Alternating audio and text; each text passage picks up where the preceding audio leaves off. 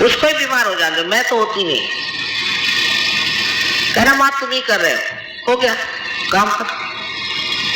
आप अपने ऊपर ले लेते हो तब ये प्रश्न खड़े हो जाते हैं। नोएडा में सहयोग बड़े जोरों में बढ़ रहा है, इसमें कोई शंका नहीं। पता नहीं मुझे भी यहीं पे जमीन मिल गई, यहीं पे घर हमारा भी बन रहा है। कुछ बात होगी नोएडा के विषय पर यहाँ के सहयोगियों को सहयोग का इल्म कितना मालूम है वो मैं आकर जरूर देखूं। इल्म मालूम जरूर करना ही पड़ेगा, नहीं तो ऐसा हुआ कि आप किसी यूनिवर्सिटी में फर्स्ट ईयर में ही फेल हो करते रह रहे। जब तक आपको इसमें पूरा गुरुत्व मास्टरी नहीं आ जाएगी तब तक आप सहयोग में बिल्कुल बेकार आए हैं, आपका कोई उपयोग नहीं। जंगलों में लाइट लगाने से क्या फायदा, समाज में हमको प्रकाश देना। तो अब आपको समाज में उतरना पड़ेगा, भागना नहीं है समाज से। गंदगी से भागिए पर समाज से भागने की जरूरत नहीं। आपको देख के ही, आपके प्रकाशित जीवन को, आपके नूर को देख के ही लोग समझ लेंगे कि ये चीज कुछ और ही है, और पूछेंगे कि भाई है क्या बात बताई। धीरे धीरे उनके खुद समझ में आया, किसी पे जबरदस्ती करने की जरूरत है। पर समाज में जब तक आप कार्यान्वित नहीं होंगे,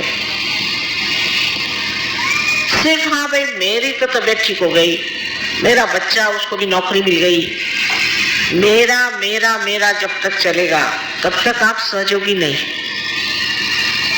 भले ही आप मेरा बैज लगाते होंगे। हम तो चाहते हैं, एक माँ तो जरूर है, लेकिन चाहते हैं कि जो कुछ हमारे अंदर है सब हमारे बच्चे उसी तरह से पनप जाए और उससे भी आगे चले। उसके लिए जो भी आप कहेंगे मैं करने को तैयार, जो भी मेहनत करेंगे वो करने को तैयार। और मैं देखती क्या हूँ, माँ मैं तो बीमारी मेरी ठीक ही नहीं हो रही, माँ मेरा यही नहीं हो रहा, वो ही नहीं, यही रोना गाना करते रहते। तो क्या तुम लोग सहयोग में आए हो कि क्या?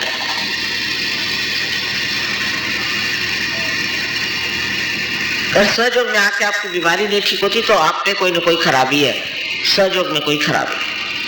तो अच्छा आप फिर से जन्म ले लो, छोड़ो सहयोग को। ऐसा सहयोग क्यों करते? बेहतर है आप छोड़ के चले जाओ और सबको बख्शो। रोज मुझे 5-6 बजे तक बैठना पड़ता है, सवेरे 6 बजे से 6 बजे तक यही सब रोना लेकर लोग पहुंच जाते। ऐसा कोई जब कहे अब कुछ नहीं चाहिए माँ, बस सब नहीं, अब बस ठीक चल रहा है, तब फिर तबीयत बनती है और सोचते हैं कि ये समझ गए कि हमारे जीवन का लक्ष्य क्या है। हमारा मार्ग तो ठीक हो गया, लेकिन ये मार्ग कहाँ पहुंचता है और हमें अग्रसर कर होना, इसमें अगर बढ़ना है तो हमें क्या करना है, उसके लिए क्या प्राप्त करना है। और सब चीजों में तो हम बहुत स्पर्धा लगाते कि अगर हमने MBBS किया तो हम MD कर दें, फिर MD करने के बाद ये भी कर दें, फिर वो भी करते हैं, दुनिया भर। धंधे में भी आज हमने एक छोटी सी फैक्ट्री खोली, कल उसकी डबल फैक्ट्री खोले, उसके बाद उसके 4 गुना ज्यादा फैक्ट्री खोले। एक घर 2 साड़ियां है तो उसको 10 साड़ियां होनी चाहिए, अगर जेवर कर एक है तो वो 10 जेवर। इसमें सब में स्पर्धा है। अरे वो बड़ा अच्छा जेवर पहन के आई थी, मैंने पूछा कौन से दुकान से आई थी, उसी दुकान में जाके जेवर खरीदे। इस मामले में बड़ी स्पर्धा। फिर हमारे मर्दों की भी पुरुषों की भी जो स्पर्धाएं हैं उसका भी कोई अंत नहीं। रात दिन ये माँ मेरे ऑफिस में डिप्टी सेक्रेटरी है, मुझे उसकी नौकरी चाहिए, पर वो तो हटता ही नहीं, उसको किसी तरह हटाने की व्यवस्था करिए।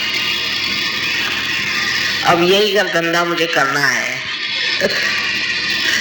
अच्छा, तो फिर ऐसा है कि मैं उस तांत्रिक के पास गया था, उसने पैसे ले लिए, पर उस डिप्टी सेक्रेटरी को हटाया नहीं।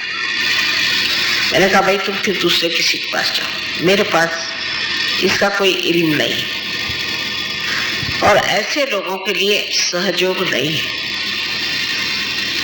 स्पर्धा करनी चाहिए इसमें कि मैं कब उस चरम सीमा पे पहुंच जाऊं जहां मेरे अंदर कोई सी भी नेगेटिव बात ही ना, ऐसा मेरा हृदय का कुंभ प्यार से लबलबा जाए कि उससे सारी गलत चीजें जो है एकदम खत्म हो जाए। इस तरह की भावना अगर हमारे अंदर जागृत हो जाए तो ये परम चैतन्य बैठा है आपकी चरण सेवा करने के लिए, जो कहिएगा सो।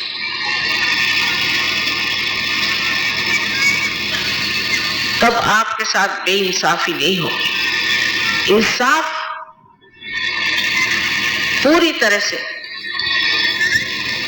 आपके साथ इस तरह से होगा कि आप भरपूर हो जाए।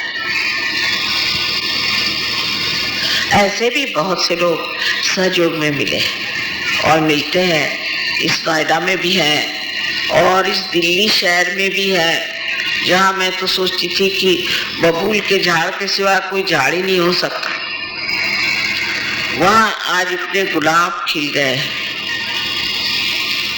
हर जगह इतना कार्य हो, लेकिन आपको भी इसी में स्पर्धा करना है कि हम भी ऐसे ही होकर दिखा दें। इसके लिए कोई आपको कॉलेज में भर्ती नहीं होना है, कोई आपको पैसा नहीं देना है, कोई खर्चा नहीं करता, सिर्फ पूर्ण शुद्ध इच्छा अंदर होनी चाहिए और इस इच्छा को क्रिया में परिवर्तित करना चाहिए। फिर देखिए आप कहां से कहां चले जाए और कहां से कहां आप कार्य करते हैं। कुंडलिनी के बारे में तो बहुत से लोग जानते हैं और बता भी देंगे, चक्र भी बता देंगे, उसके नंबर सब कुछ बता देंगे, लेकिन इल्म हमारे अंदर कितना है वो देखना चाहिए। से संवेदित करता है, आनंद से भर देता है। इस प्रकाश को संजोने के लिए सबसे पहले हमें अपनी इज्जत करनी चाहिए कि हम अब सहज योगी हैं, अब हम ये नहीं कर सकेंगे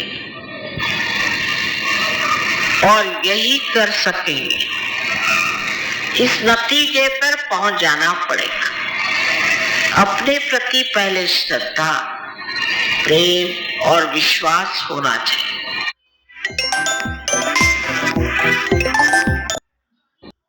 ये करके दिखाएं, हम सब कुछ छोड़ेंगे। बाप दादा हमारे करते रहे, लेकिन आज हम सहयोग पे खड़े हैं और हम करके दिखा सकते हैं।